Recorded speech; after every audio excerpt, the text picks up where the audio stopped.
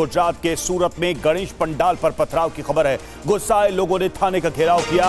Police ने लोगों पर लाठी चार्ज किया। पथराव करने वाले 33 आरोपी गिरफ्तार किए गए।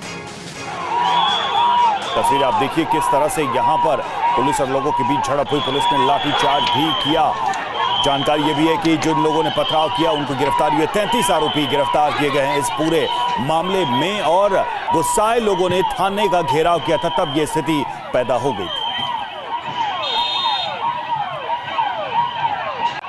तस्वीरों में आप देख सकते हैं किस तरह से यहां पर पुलिस और लोगों के बीच आमना सामना हुआ और पुलिस को यहां लाठीचार्ज करना पड़ा। ये देखिए पहली तस्वीर आप देख रहे हैं, पुलिस यहां से लोगों को हटाने की कोशिश कर रही है और उसके बाद जो स्थिति पैदा हुई है उसकी तस्वीरें भी हम आपको दिखा रहे हैं। 33 लोगों को, 33 आरोपियों को पथराव के इस मामले में गिरफ्तार किया गया।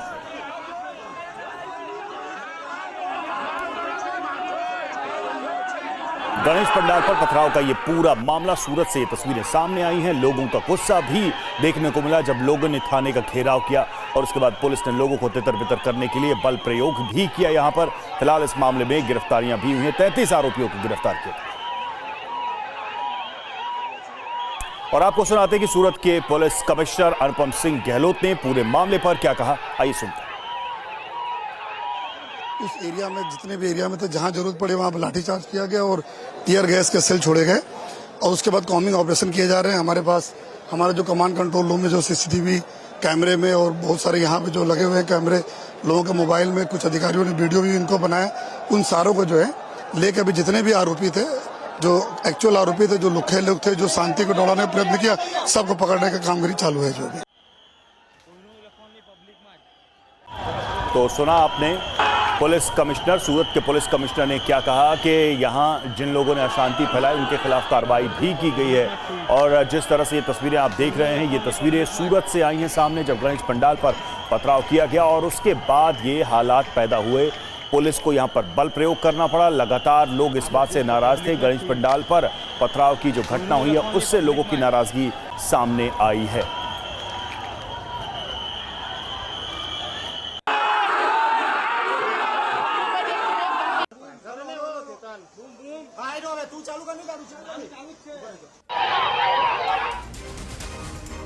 और चलिए अगली खबर का रुख कर रहे हैं। बड़ी खबर उत्तराखंड से। उत्तराखंड के हल्द्वानी में बारिश के बीच हादसा हो गया। पानी के तेज बहाव के साथ कार बह गई।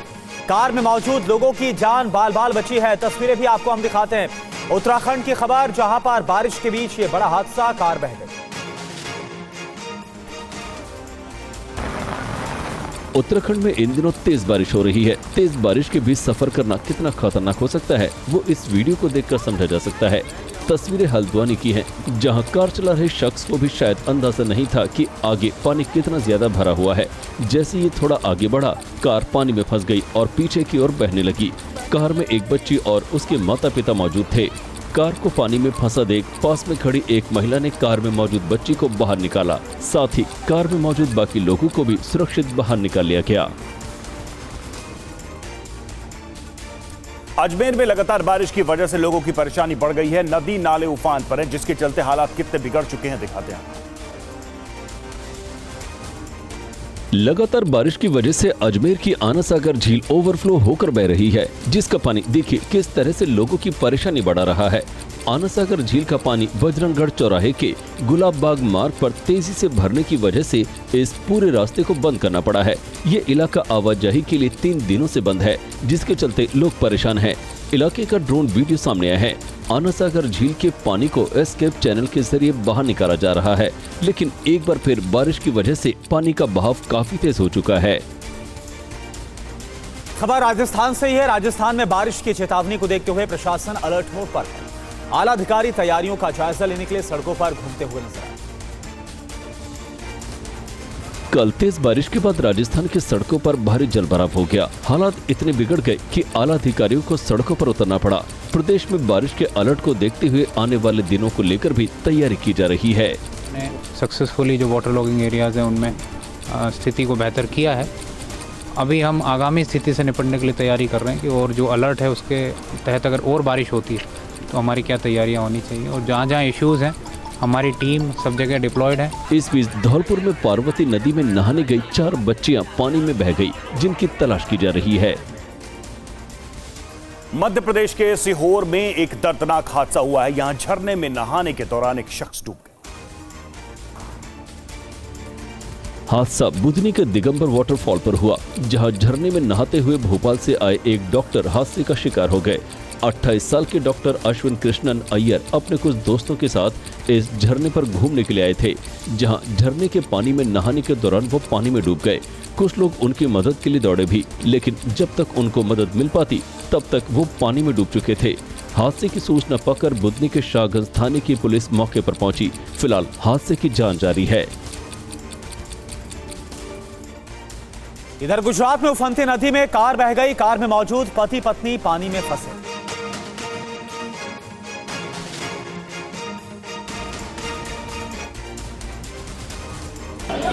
खौफजदा कर देने वाली ये तस्वीरें साबरकांठा जिले के इधर कस्बे की हैं, जहां उफनती करोल नदी के तेज बहाव में आकर ये कार बह गई।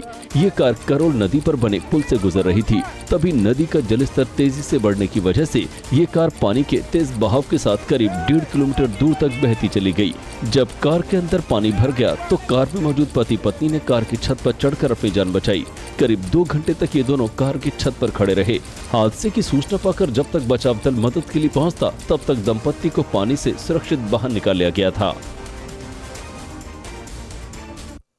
और वियतनाम में यागी तूफान से तबाही, 21 लोगों की मौत, 176 लोग घायल। उत्तरी वियतनाम में तूफान के बीच लैंडस्लाइड। यागी तूफान ने उत्तरी वियतनाम में सबसे ज्यादा तबाही मचाई। इस दौरान यहाँ तेज बारिश के बाद कई इलाकों में भारी लैंडस्लाइड हुआ। लैंडस्लाइड की चपेट में आने से कई मकानों को भारी नुकसान पहुंचा है। भारी बारिश के कारण नदियों के तट टूट गए और सैलाब की चपेट में आकर सैकड़ों मकान पानी में डूब गए। तूफान के बीच 150 किलोमीटर प्रति घंटे की रफ्तार से चली हवाओं ने कितना कोहराम मचाया, उसे इन तस्वीरों को देखकर समझा जा सकता है। वियतनाम के उत्तरी और मध्य प्रांतों में भारी बारिश का अलर्ट है। निचले इलाकों में अभी भी लैंडस्लाइड का खतरा है। खबर महाराष्ट्र से। महाराष्ट्र में सिक्योरिटी गार्ड की बेरहमी से पिटाई की गई। मारपीट का जो वीडियो है वो सीसीटीवी में सामने आया है। महाराष्ट्र का पूरा मामला, जहां पर सिक्योरिटी गार्ड की पिटाई।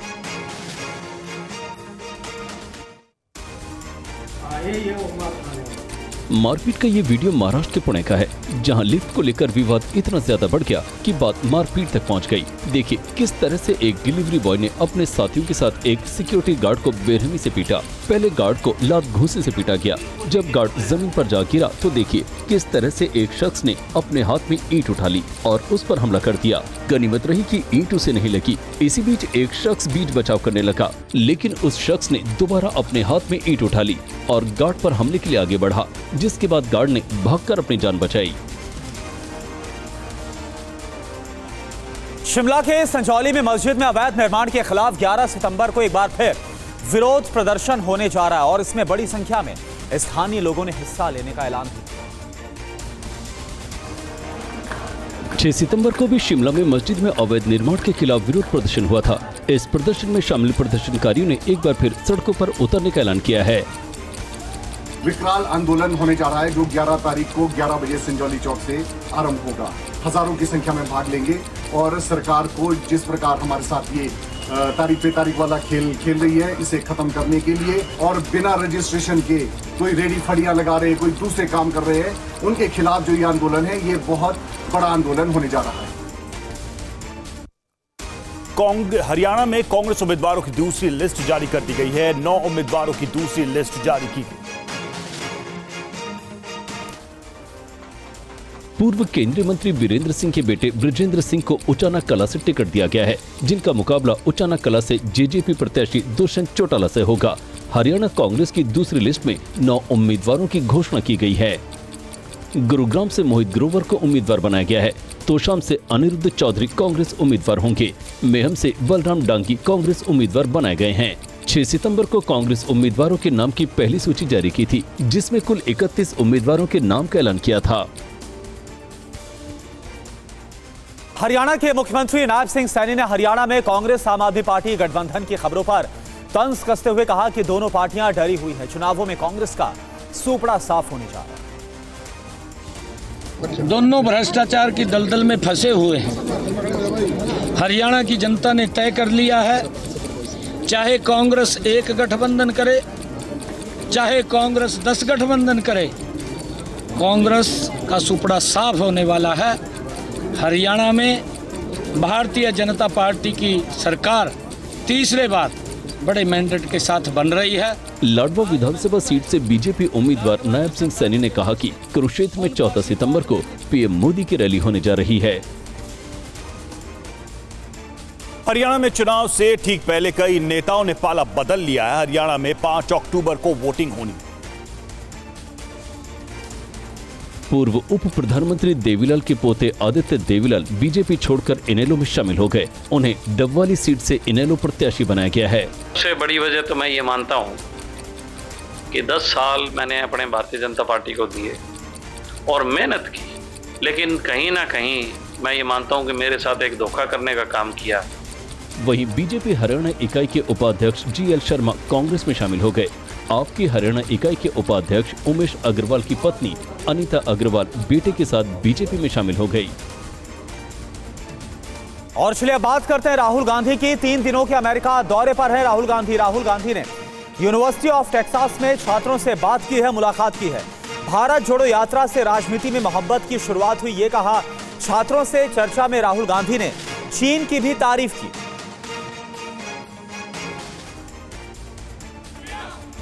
अमेरिका के दौरे पर पहुंचे नेता प्रतिपक्ष राहुल गांधी ने भारतीय समूह के लोगों से मुलाकात की। इस दौरान उन्होंने भारत में बेरोजगारी की समस्या को लेकर कारण बताए। First of all, let's be clear. Not everywhere on the planet has an employment problem. Okay? The West has an employment problem. India has an employment problem. But there are many countries in the world that don't really have an employment problem. China certainly doesn't have an employment problem. Vietnam doesn't have an employment problem. RG Kar मामले पर आज supreme court में सुनवाई। जी हां, पिछली सुनवाई में court ने राज्य सरकार और सीबीआई से मांगा था जवाब। आज एक बार फिर केस पर सुनवाई।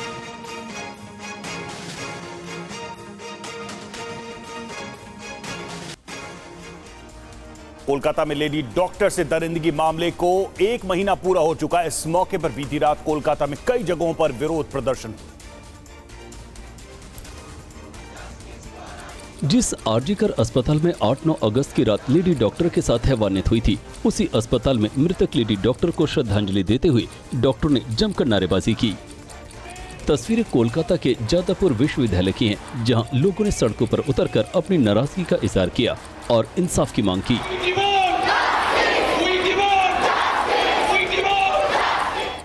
अगली तस्वीरें कोलकाता के श्याम बाजार की हैं, जहां लोगों ने मानव श्रृंखला बनाकर रात भर विरोध प्रदर्शन किया। कोलकाता में लेडी डॉक्टर के साथ हुई दरिंदगी के खिलाफ विदेशों में आवाज उठाई जा रही है। इसमें इंसाफ की मांग की गई। कोलकाता के आरजीकर अस्पताल में जो दरिंदगी हुई, उसके खिलाफ विदेशों में भी आवाज उठ रही है। ताइवान में कई जगहों पर छात्रों ने लेडी डॉक्टर को इंसाफ दिए जाने की मांग को लेकर विरोध प्रदर्शन किया। ताइपे सिटी हॉल के बाहर छात्रों ने शांतिपूर्ण प्रदर्शन किया और दरिंदगों को सख्त सजा दिए जाने की मांग की। ताइवान के दक्षिण शहर ताइनान शहर में भी छात्र सड़कों पर उतरे और नारेबाजी करते नजर आए। उन्होंने लेडी डॉक्टर दरिंदगी के खिलाफ भारत में चल रहे विरोध प्रदर्शनों को अपना समर्थन दिया। यूपी में 69,000 शिक्षक भर्ती मामले में सुनवाई। आज सुप्रीम कोर्ट में अहम बहस। 3 सदस्यीय पीठ करेगी सुनवाई।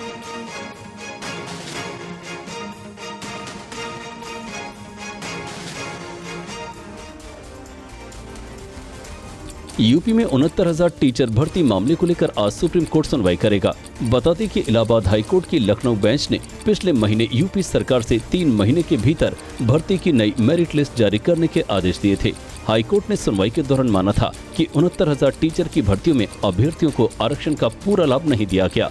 हाईकोर्ट के इस फैसले से अब जनरल कैटेगरी के कई टीचर्स की नौकरी जाने का खतरा हो गया है। इधर मामले को लेकर अभ्यर्थियों का प्रदर्शन लगातार जारी है। असम सरकार राज्य के कुछ इलाकों में जमीन की खरीद फरोख्त के लिए नया कानून लाने जा रही है। असम के मुख्यमंत्री हिमंता बिस्वा शर्मा ने इसकी जानकारी दी। मुख्यमंत्री हिमंता बिस्वा शर्मा ने कहा कि उनकी सरकार चुनिंदा क्षेत्रों में केवल उन लोगों के बीच भूमि सौदे की अनुमति देने के लिए एक कानून पर काम कर रही है जो कम से कम 1951 से राज्य के निवासी हैं उन्होंने कहा कि स्वदेशी लोगों के भूमि अधिकारों को सुनिश्चित करने और उनकी रक्षा करने के लिए नए कानून बनाए जा रहे हैं और मौजूदा अधिनियमों में संशोधन किए जा रहे हैं। उन्होंने कहा कि अगर हम आज अपने समुदाय की रक्षा नहीं कर सकते हैं तो हम भविष्य में कभी ऐसा नहीं कर सकते। चुनाव के बीच घाटी में सक्रिय हुआ जमाते इस्लामी। कुलगाम में जमात की रैली में शामिल हुए हजारों लोग। जम्मू कश्मीर चुनाव को लेकर रैली का किया गया आयोजन।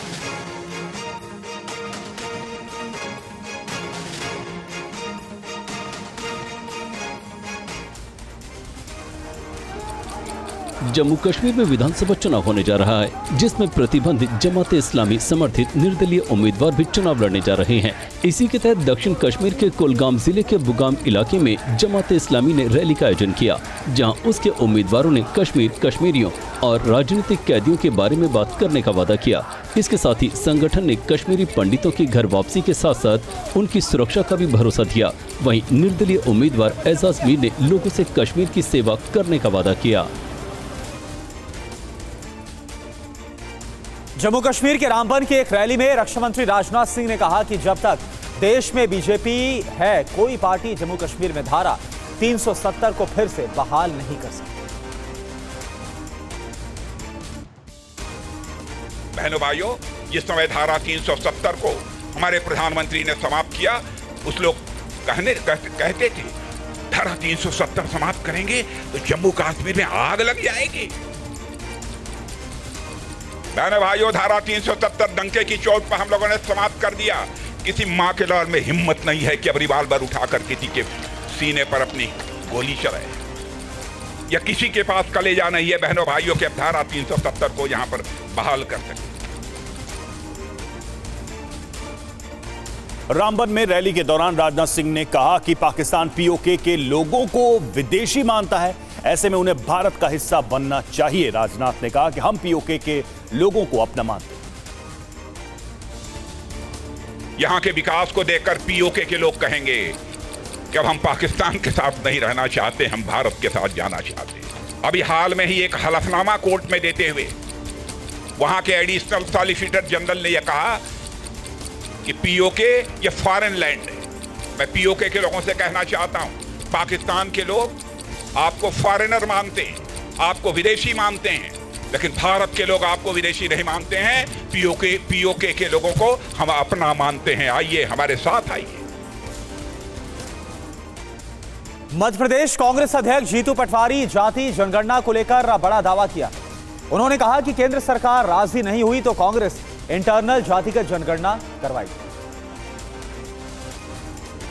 अगर देश की सरकार इसके लिए राजी नहीं होगी तो कांग्रेस पार्टी इंटरनल जातिगत जनगणना कराएगी। यही नहीं, उन्होंने जातिगत जनगणना के बाद आर्थिक सर्वेक्षण करवाने की बात भी कही। आर्थिक संपन्नता देश के 20% लोगों के पास होगी और खासकर 25 लोगों के पास देश की 70% संपत्ति चली गई। आखिर देश में आर्थिक असमानता हुई, एक दिन देश में क्रांति ला देगी। तो इसका एक ही तरीका हो सकता है।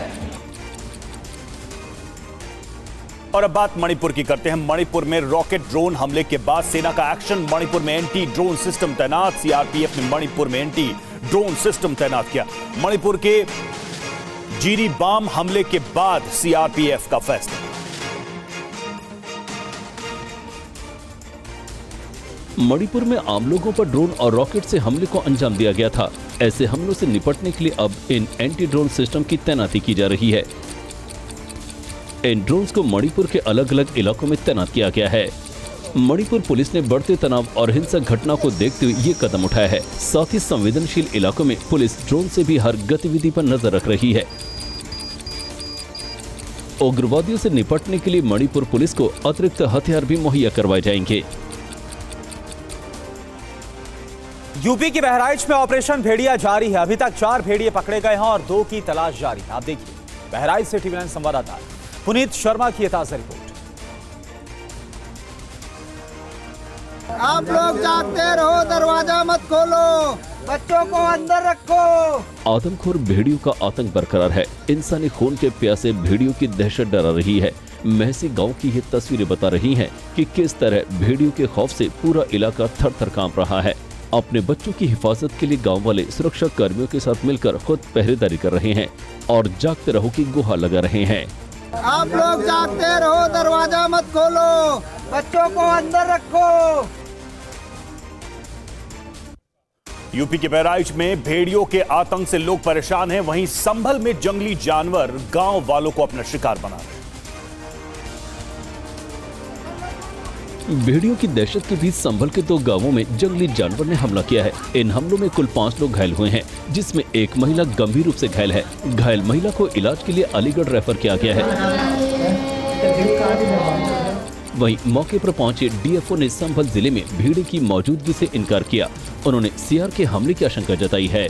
संभल जिले में भेड़िए की कोई वजह नहीं, कुछ पगमा जो हमें मिले हैं वो सीआर के हैं, गिदड़ के हैं। यूपी के बहराइच में भेड़ियों से लोग दहशत में हैं, खौफ में हैं। वहीं राजस्थान में तेंदुए का आतंक बढ़ता जा रहा है। उदयपुर में तेंदुए ने महिला को अपना शिकार बना दिया। देखिए आप खबर।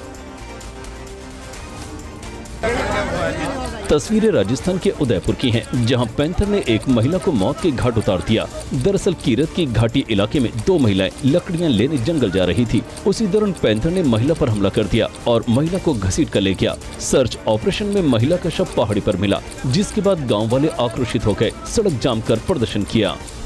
इस दौरान राजस्थान सरकार में मंत्री बाबूलाल खराड़ी भी मौके पर पहुंचे। मैंने अधिकारियों को कह दिया कि भाई जो जिसकी डेथ हो गई है उनको उचित मुआवजा की व्यवस्था आप करो, क्योंकि ये फॉरेस्ट विभाग ही करेगा।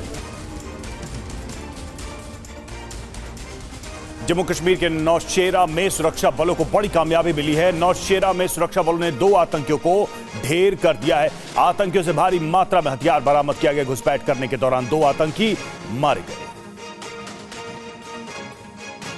अंकित भट्ट हमारे संवाददाता इस वक्त जुड़े हुए हैं। अंकित, क्या अपडेट है, क्या जानकारी मिल रही है इस ऑपरेशन के बारे में?